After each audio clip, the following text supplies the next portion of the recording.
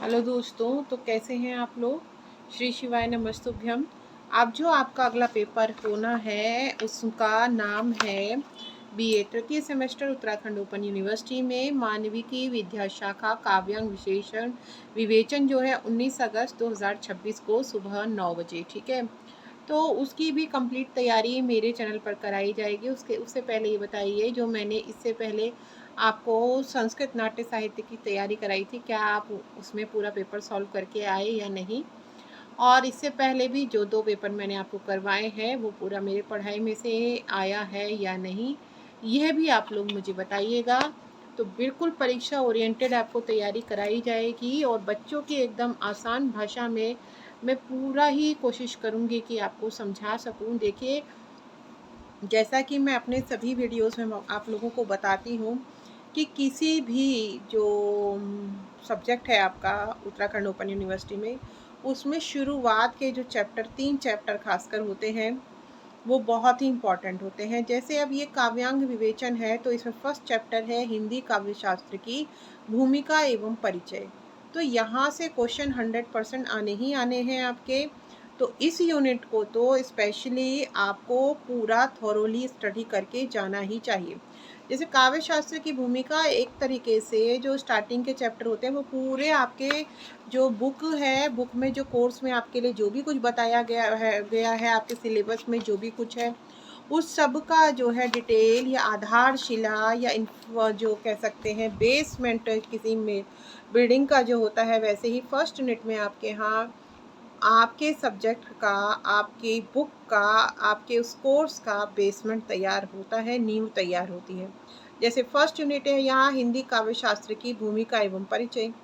तो इसमें आप क्या क्या पढ़ेंगे, हिंदी काव्य शास्त्र की भूमिका एवं परिचय में आप क्या पढ़ेंगे, प्रस्तावना, उद्देश्य, हिंदी काव्य शास्त्र से संबंधित क्वेश्चन पूछ लेंगे। अब यहाँ डिटेल में आया लिखा है पहले चैप्टर में परिचय में कविता और काव्य शास्त्र।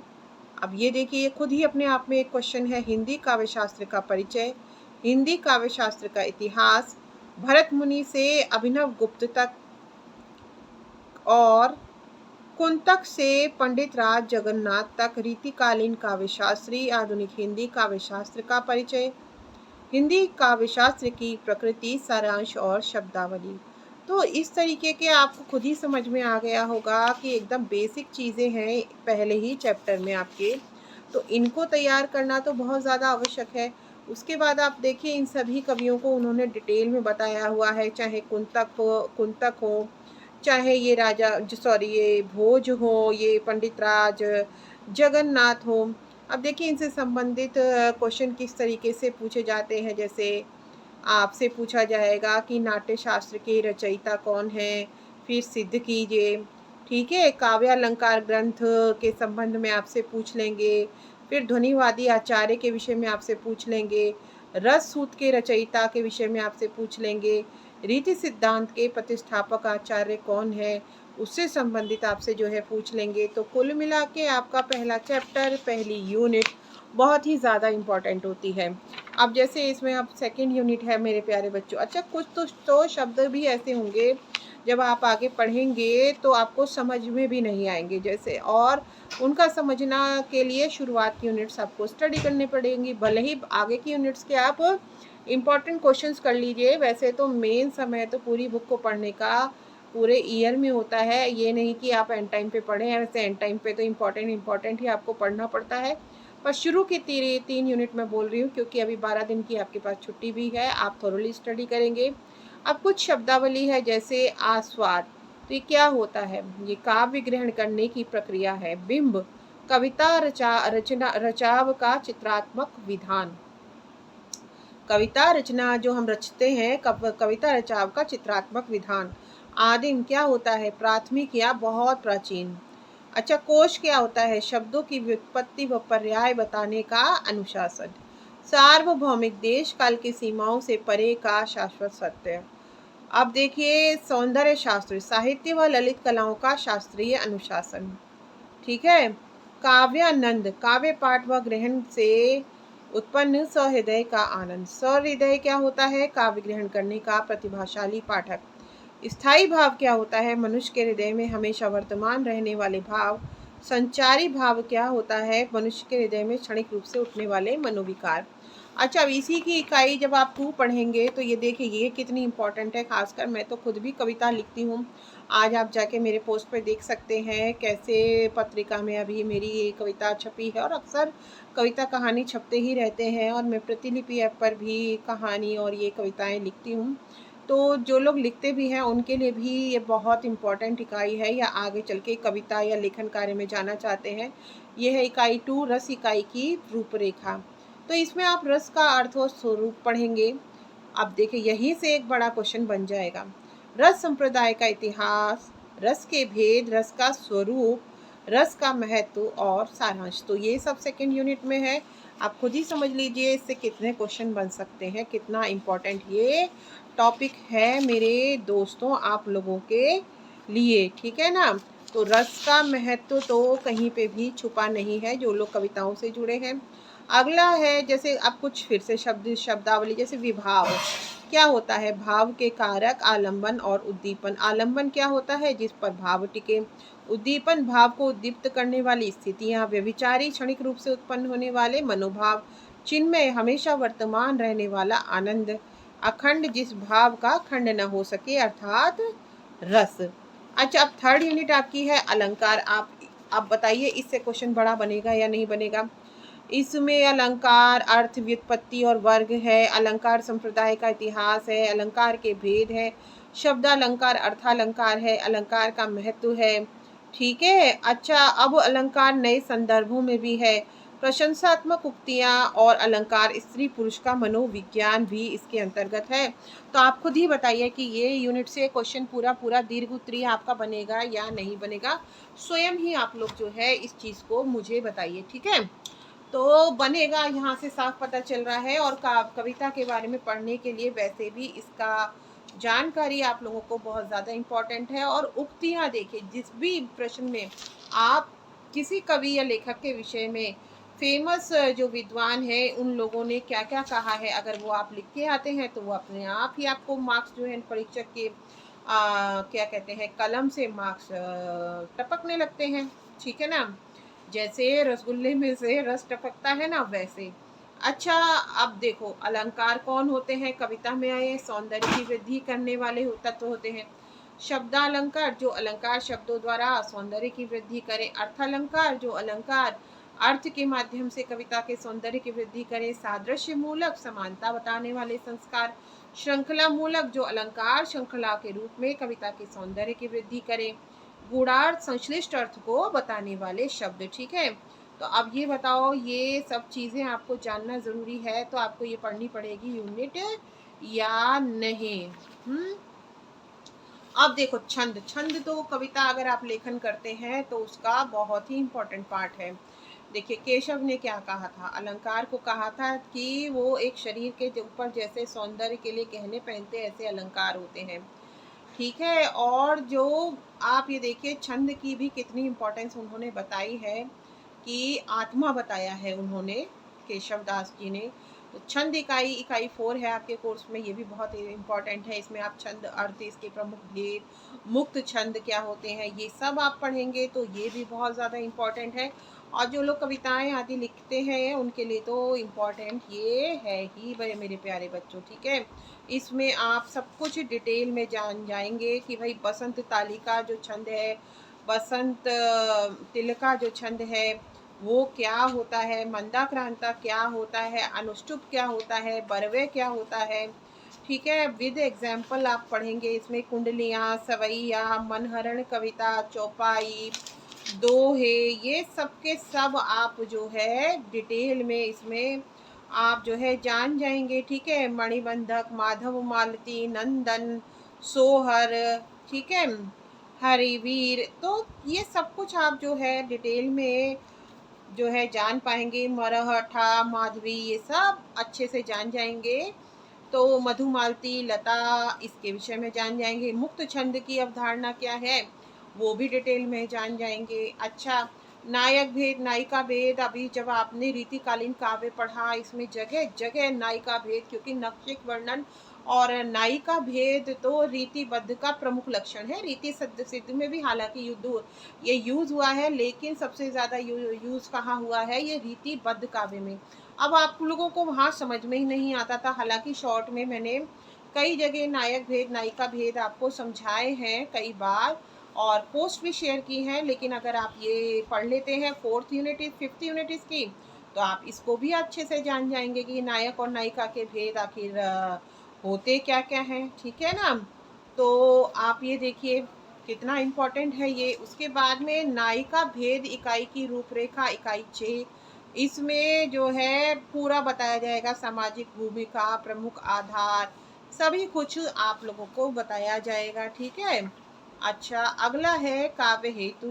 भाई काव्य हेतु का क्या अर्थ होता है, 7वीं यूनिट में आप लोग ये पढ़ेंगे। ठीक है। अच्छा, उसके बाद में आप लोग क्या पढ़ेंगे, इसके बाद में काव्य प्रयोजन के बारे में आप लोग सीखेंगे। ठीक है। काव्य प्रयोजन को आप डिटेल में जान पाएंगे कि आखिर काव्य प्रयोजन होता क्या है। ठीक है। रीतिकालीन कवियों का काव्य प्रयोजन, आधुनिक साहित्य का काव्य प्रयोजन। ठीक है। देखिए, मनुष्य के हर कार्य प्रयोजन पूर्ण होते हैं, तो काव्य लिखने का कार्य भी प्रयोजन अवश्य ही इसका भी होना चाहिए। काव्य प्रयोजन कविता लिखने के उद्देश्य पर प्रकाश डालता है। जैसे रीतिकाल में अधिकतर कवि राजाश्रित थे, तो वो श्रृंगार विषयक और युद्ध विषयक और राजाओं की प्रशस्ति विषयक लिखते थे। कविता लिखने के कई उद्देश्य हो सकते हैं: अर्थ की प्राप्ति, यश की कामना, अशुभ विचारों का नाश, आनंद की प्राप्ति समेत अनेक बिंदु काव्य प्रयोजन के बिंदु होते हैं। मम्मट द्वारा निरूपित काव्य प्रयोजन सर्वाधिक लोकप्रिय रहा है। अब इसमें कुछ शब्दावली आएगी, आप वो भी जान जाएंगे। जैसे पुरुषार्थ चतुष्टय, धर्म अर्थ काम मोक्ष। ठीक है। आनंदानुभव, आनंद का अनुभव, लोकोत्तर आनंद, इसी लोक के भौतिक आनंद से भिन्न का आनंद। अशुभ यानी अशुभ विचार। देखिए, अशुभ विचारों के त्याग के लिए ही मैं भी जो मेनली अपना त्याग वो कविता लेखन या कहानी लेखन करती हूँ, इसीलिए करती हूँ क्योंकि मुझे बहुत आत्मिक शांति इस कार्य में प्राप्त होती है। जन पक्षधरता और वैयक्तिक अनुभूति और निर्वैयक्तिकता, स्व के धरातल से ऊपर उठने का भाव, व्यक्तित्वांतरण, व्यक्तित्व में हुआ सकारात्मक रूपांतरण। ठीक है। तो ये काव्य प्रयोजन है मेरे दोस्तों। अगला आप लोग देखेंगे काव्य गुण, कि काव्य के गुण क्या क्या होते हैं। हम आ गए हैं इकाई 9 पर। इसका उद्देश्य पढ़ेंगे, काव्य गुण के भेद, स्वरूप व इतिहास पढ़ेंगे, वामन कृत काव्य गुण विवेचन, रीतिकालीन कवियों का काव्य गुण विवेचन आप लोग इसमें पढ़ेंगे। ठीक है। पूरा अर्थ, इतिहास, स्वरूप, वामन कृत काव्य गुण विवेचन अच्छे से मतलब जो है आपको सब कुछ इसमें, अब रीतिकालीन आपने काव्य पढ़ा है तो उसका जो है आप विवेचन भी पढ़ेंगे। जैसे कविता गुणों में सार्थक कब होती है, जब उसमें माधुर्य, ओज, प्रसाद जैसे गुण कविता को सार्थक स्वर प्रदान करते हैं। वामन ने काव्य गुणों की संख्या को 10 माना और उन्हें कविता की संरचना के लिए क्या माना जी, आवश्यक माना। ठीक है। रीतिकालीन आचार्यों का काव्य गुण विवेचन भी मौलिक दृष्टि से महत्वपूर्ण है। काव्य गुण रस तक पहुंचने के प्रमुख आधार हैं। ठीक है। अब यहाँ पर भी कुछ शब्द इस तरीके हैं, जैसे आभी जाते भाव में बड़प्पन, उद्दीपन भावों का तीव्र होना। ठीक है।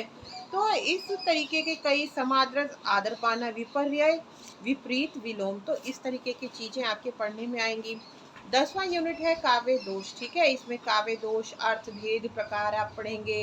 रीतिकालीन आचार्यों द्वारा निरूपित काव्य दोष, काव्य दोष के लिए आप नई दृष्टि क्या होती है भाई, ये आप लोग देखेंगे।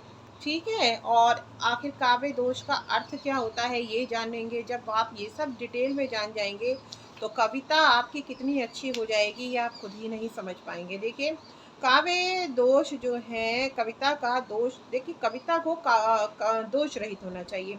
कोई भी कविता हो उसमें काव्य दोष किसी न किसी रूप में उपस्थित हो ही जाते हैं।